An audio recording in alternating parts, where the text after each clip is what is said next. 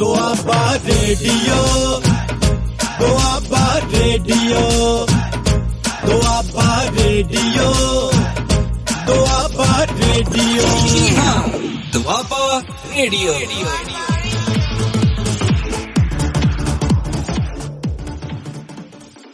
Dear students, मैं miss Sukhmani Kaur, Hindi teacher from Shri Harkrishan Sahib public high school Gill market. Corona के कारण अपने घरों में रहते हुए भी आप अपनी स्टडी कर सकें, इसके लिए दुआबा रेडियो का यह कार्य सराहनीय योग्य है। इसके लिए मैं इनका धन्यवाद करती हूँ, क्योंकि इसके माध्यम से आप सभी विद्यार्थियों को सभी विषयों के बारे में अधिक से अधिक जानकारी प्राप्त करने का अवसर मिल रहा है। डियर स्टूडेंट्स, आपकी कल्पना शक्ति, विचार शक्ति बहुत ही तीव्र है, बहुत ही तेज है, लेकिन आपको कई बार यह नहीं पता चलता कि आप अपने विचारों को दूसरों के सामने कैसे प्रकट करें। अब आपको मैं एक उदाहरण देती हूँ कि एक बार टीचर ने बच्चों को कहा कि आप कल स्वतंत्रता दिवस है, तो आप स्वतंत्रता दिवस पर अपने विचार प्रकट करें। तो कई बच्चों ने उस पर कविता लिखी, कई बच्चे ड्राइंग के माध्यम से चित्र बनाकर, कार्टून बनाकर अपने विचार प्रकट किए। तो एक बच्चे ने इस पर निबंध लिखा। उसने निबंध इस प्रकार लिखा: 15 अगस्त को झंडा फहराया जाता है, इस दिन मिठाइयां बांटी जाती हैं, बच्चे स्कूल में परेड करते हैं, स्कूलों को सजाया जाता है, 15 अगस्त को हमें आजादी मिली थी, अपने झंडे को हम तिरंगा भी कहते हैं। आजादी के लिए अनेक स्वतंत्रता सेनानियों का योगदान रहा है। इस प्रकार उसने 15 अगस्त स्वतंत्रता दिवस पर अपने विचार प्रकट किए। आपने सुना कि उसके विचार तो स्वतंत्रता दिवस से संबंधित ही थे, परंतु उसके विचारों में क्रमबद्धता की कमी झलक रही है। क्रमबद्धता के अनुसार पहले ये आना चाहिए था कि हमें आजादी कब मिली, किससे मिली, और उसको आजादी को पाने के लिए किन स्वतंत्रता सेनानियों का योगदान रहा, कैसे प्राप्त की। उसके बाद हम लिख सकते हैं कि हाँ, 15 अगस्त को क्या करते हैं, क्या क्या तैयारियां होती हैं, स्कूलों में क्या होता है, राज्यों में क्या होता है। तो आपने देखा कि क्रमबद्धता की कमी के कारण लेखन जो है, निबंध लेखन उतना प्रभावशाली नहीं था। तो इसी प्रकार की परेशानी को सभी विद्यार्थी अनुभव करते हैं। निबंध लिखने में उन्हें पता नहीं चलता कि वो निबंध को किस ढंग से लिखें ताकि वो एग्जाम में अच्छे अंक प्राप्त कर सके। इसी निबंध को कैसे लिखना चाहिए, इस पर ही मैं आज आपसे चर्चा करूंगी, क्योंकि ये 10 मार्क्स का निबंध एग्जाम में आता ही है। निबंध कितने प्रकार का होता है, निबंध लिखने के लिए हमें किन बातों का ध्यान रखना चाहिए, निबंध को लिखते समय कितने विभागों में बांटा जाना चाहिए कि अच्छा निबंध लिखा जाए, ये किसके कितने प्रकार होते हैं, आदि प्रश्नों का आज मैं आपको जानकारी दूंगी, जिससे आपको किसी भी निबंध को लिखने में कोई परेशानी ना हो। निबंध आपको एक ऐसा सुअवसर प्रदान करता है जिससे आप अपने ज्ञान को दूसरों के सम्मुख प्रकट करते हैं। जो आप निबंध लेखन करते हो, वो आपको मौका देता है कि आप अपने विचारों को दूसरों के सामने प्रकट कर सके। अपने मानसिक भावों या विचारों को संक्षिप्त रूप से तथा नियंत्रित ढंग से लिखना निबंध कहलाता है।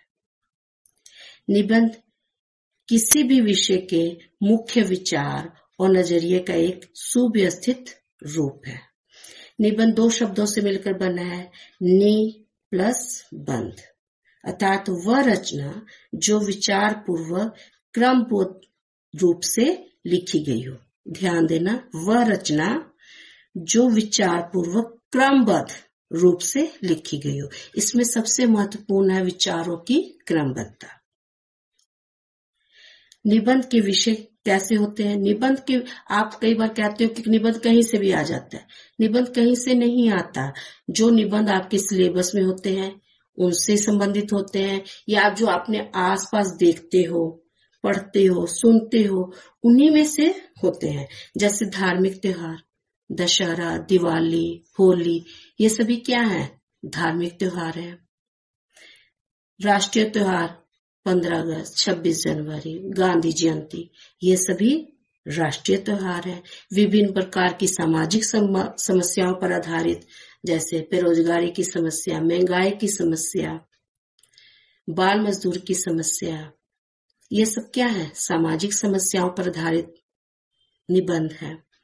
मौसम, वर्षा ऋतु, ग्रीष्म ऋतु का एक दिन, बसंत ऋतु आदि, ये सब क्या है? मौसम से संबंधित निबंध है।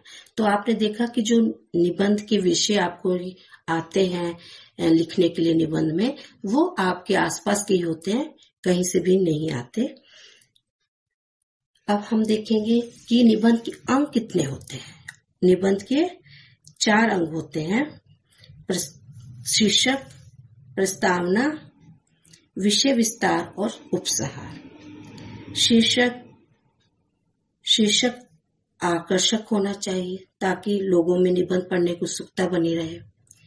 परंतु अगर आप परीक्षा में बैठे हैं तो आपको तो पहले से ही शीर्षक दे दिए जाते हैं और उसी पर आधारित आपने निबंध लिखना होता है। दूसरा है प्रस्तावना, जिसको हम कहते हैं भूमिका। भूमिका संक्षिप्त तथा रोचक होनी चाहिए। इसका सीधा संबंध विषय से संबंधित होना चाहिए, यानी भूमिका इस प्रकार की होनी चाहिए कि विषय वस्तु की झलक प्रस्तुत कर सके। निबंध की शुरुआत अगर किसी महत्वपूर्ण श्लोक या कविता की पंक्तियों से या किसी उदाहरण से की जाए तो इसका अच्छा प्रभाव पड़ता है और अच्छे अंक प्राप्त करने में विद्यार्थियों को मदद मिलती है। तीसरा इसका रूप है, अंग है विषय विस्तार। इसमें विषय से संबंधित विचार प्रकट किए जाते हैं। अगर इसमें हम ये अनुच्छेद, हर एक अनुच्छेद में एक एक पहलू पर विचार प्रकट करें तो वह ज्यादा प्रभावशाली लगता है। अगर हम इसे पॉइंट बनाकर फिर इसको अनुच्छेद में लिखें तो इसका प्रभाव और भी ज्यादा अच्छा पड़ता है। इसमें कठिन शब्दों की बजाय अगर विद्यार्थी सरल भाषा का प्रयोग करते हैं तो उसका प्रभाव अच्छा रहता है, क्योंकि पढ़ने वाले को भाषा स्पष्ट लगनी चाहिए। जब उनको भाषा स्पष्ट लगेगी तभी उनकी उत्सुकता बनेगी। अगर आपने कठिन शब्दों का या ज्यादा अलंकारिक शब्दों का प्रयोग किया और उनका अर्थ ना पता चला तो उनकी उत्सुकता या उनकी रुचि आपके निबंध को पूरी तरह पढ़ने में नहीं होगी। वो आपके निबंध को पूरा पढ़ना नहीं चाहेंगे। इसके लिए जरूरी है कि आप सरल भाषा का, अच्छी भाषा का प्रयोग करें ताकि पढ़ने वाले की उत्सुकता बनी रहे। इसका चौथा अंक है उपसंहार। चौथा अंक है उपसंहार। उपसंहार में पूरे निबंध को सार के रूप में एक अनुच्छेद में लिखा जाता है कि आप इस निबंध में किस विषय पर क्या कहना चाहते थे। जिस प्रकार निबंध की शुरुआत किसी श्लोक, उक्ति से करते हैं, इसी प्रकार इसका अंत भी किसी संदेशपूर्ण होना चाहिए या कविता की पंक्तियों से इसका समाप्त होना चाहिए, ताकि इसका प्रभाव शुरू से लेकर अंत तक बना रहे। ये थे निबंध के अंग। अब हम देखें पार्ट्स कि कितने पार्ट्स में ये डिवाइड होता है। अब हम करेंगे निबंध के प्रकार, टाइप्स ऑफ एसे। निबंध प्राय 3 प्रकार के होते हैं: वर्णनात्मक निबंध, विचारात्मक वर्णन निबंध, विवरणात्मक निबंध। वर्णनात्मक निबंध में किसी सजीव या निर्जीव पदार्थ का वर्णन वर्णनात्मक निबंध कहलाता है। यह निबंध किसी स्थान, दृश्य, परिस्थिति, व्यक्ति, वस्तु आदि को आधार बनाकर लिखे जाते हैं। जैसे यदि आप किसी प्राणी के बारे में लिख रहे हो तो आप पहले लिखोगे वो किस श्रेणी का है, वह कहाँ पाया जाता है, उसका आकार प्रकार कैसा है, उसका स्वभाव कैसा है।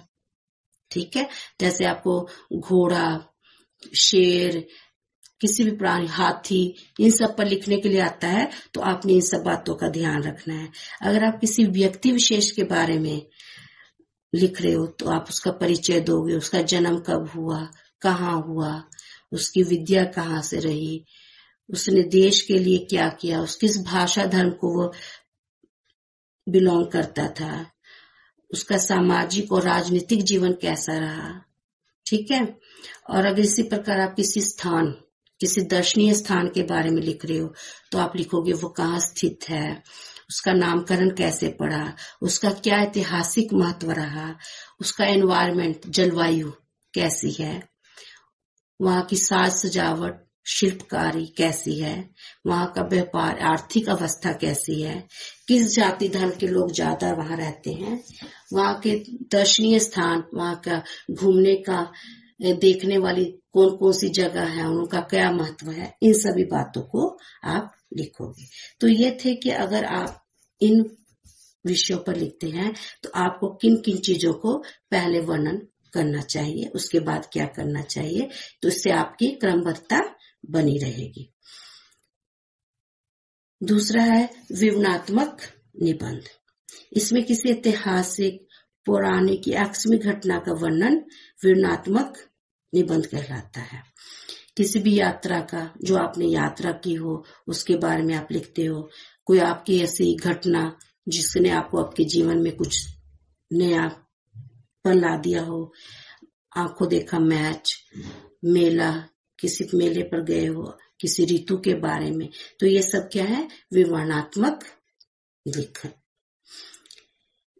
अगर आप किसी ऐतिहासिक घटना के बारे में लिख रहे हो तो घटना का समय, स्थान, ये घटना कब हुई, उसकी ऐतिहासिक पृष्ठभूमि लिखोगे ना, यह घटना क्यों हुई, कैसे हुई, उसका क्या कारण था और इसका क्या लाभ हुए, क्या हानियां हुई आदि।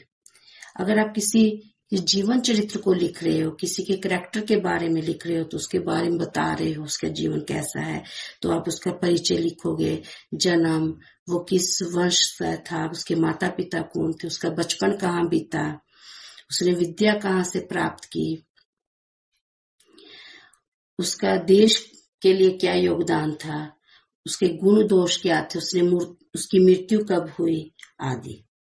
इसी प्रकार आप किसी भ्रमण वृत्तांत के बारे में लिख रहे हैं, कहीं आप घूमने गए और उसके बारे में आप लिख रहे हो तो उसका उद्देश्य क्या था, आपके उस जगह पर जाने का उद्देश्य क्या था, किस समय आप गए, यात्रा का विवरण, आपको यात्रा में किस किन कठिनाइयों का सामना करना पड़ा या आपकी यात्रा सफल पूर्वक रही, उसके बारे में लिखना, उस यात्रा से आपको क्या लाभ मिला, क्या सीखने को मिला। ठीक है, तो यह सब आपने इसमें शामिल करना होता है, तो इससे आपकी क्रमबद्धता बनी रहती है। तीसरा है विचारात्मक निबंध। विचारात्मक निबंध कोई देखी या सुनी हुई बात का वर्णन नहीं होता है, बल्कि इसमें आपकी कल्पना शक्ति और चिंतन शक्ति का उपयोग ज्यादा होता है। आपकी कल्पना, अगर मैं चंद्रमा पर गया तो वहां मैं क्या करूंगा, ठीक है, अगर मुझे प्रधानमंत्री बनने का मौका मिला तो मैं क्या करूंगा, अगर मैं पायलट बना तो मैं क्या करूंगा। इस प्रकार के भी आपको विषय मिलते हैं ना, शीर्षक आते हैं ना, तो इसमें आपने अपनी कल्पना शक्ति की, आप अपनी कल्पना में क्या सोच रहे हो उसका आपने वृत्तांत करना होता है कि आप पहले बताओगे कि इस विषय का मतलब क्या है, आप ये बनना चाहते हो तो इसका कार्य क्या है, ठीक है, इसका स्वभाव क्या है, इसमें गुण दोष क्या है, लाभ हानि क्या है इन चीजों की, आदि आदि। ठीक है, ये थे आपके निबंध के प्रकार। अब आप देखो कि आखिर निबंध को पाठ्यक्रम में क्यों शामिल किया, क्यों सिलेबस में निबंध को इतना महत्वपूर्ण माना गया है। तो इसके कई कारण हैं। पहला कारण तो यह है कि इसको इसलिए शामिल किया गया है ताकि विद्यार्थी अपने विचारों को एकत्र करना सीख पाए, अपने विचारों को वो किस प्रकार क्रमबद्ध कर सके, उनको उनका अभ्यास हो सके, विचारों को संतुलित तरीके से व्यक्त कर पाए, भाषा को उपयुक्त रूप से प्रयोग करना सीख पाए, किसी भी विषय पर छात्रों के स्वयं के विचार हो, ताकि वो सिर्फ रटे रटाए या पढ़े लिखे शब्दों का या वाक्यों का इस्तेमाल ना करें, बल्कि अपने विचारों को अपनी भाषा में प्रकट कर सके।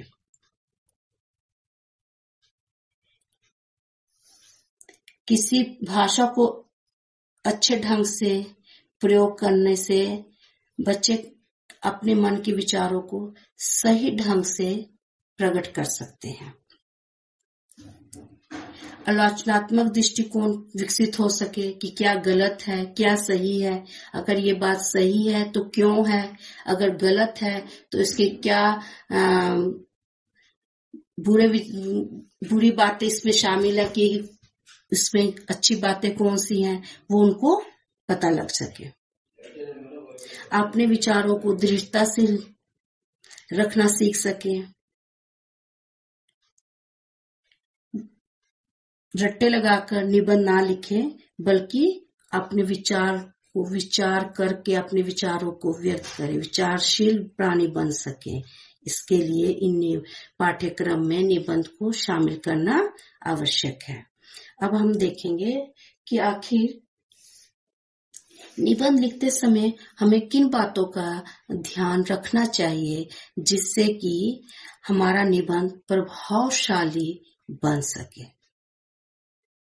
निबंध को पढ़ने कर लिए उत्साह बना रहे, तो सबसे पहले इसका महत्वपूर्ण अंग है निबंध लिखने से पूर्व हमें जिस विषय पर हम निबंध लिखे उसका पूर्ण ज्ञान होना। तो इसके लिए क्या जरूरी है कि हम अधिक से अधिक किताबें पढ़ें, लाइब्रेरी जाएं, वहां अपना समय बिताएं और किताबों का अध्ययन करें। इसके लिए हम इंटरनेट की भी मदद ले सकते हैं, वहां से भी हम अनेक विषयों का ज्ञान प्राप्त कर सकते हैं। क्रमबद्ध रूप से विचारों को लिखा जाए। निबंध की भाषा रोचक एवं सरल होनी चाहिए, कठिन या अलंकारिक भाषा का प्रयोग नहीं करना चाहिए। अगर आप ज्यादा कठिन और अलंकारिक भाषा का प्रयोग करेंगे तो जरूरी नहीं है कि जो पढ़ रहा है आपका निबंध उसको सभी शब्दों का अर्थ पता हो। जब उसको अर्थ नहीं पता चलेगा तो उसका उत्साह नहीं बना रहेगा आपके निबंध को पढ़ने के लिए। अगर आपकी भाषा सरल होगी, उसे कुछ समझ आएगा, तभी उसकी उत्सुकता बनी रहेगी।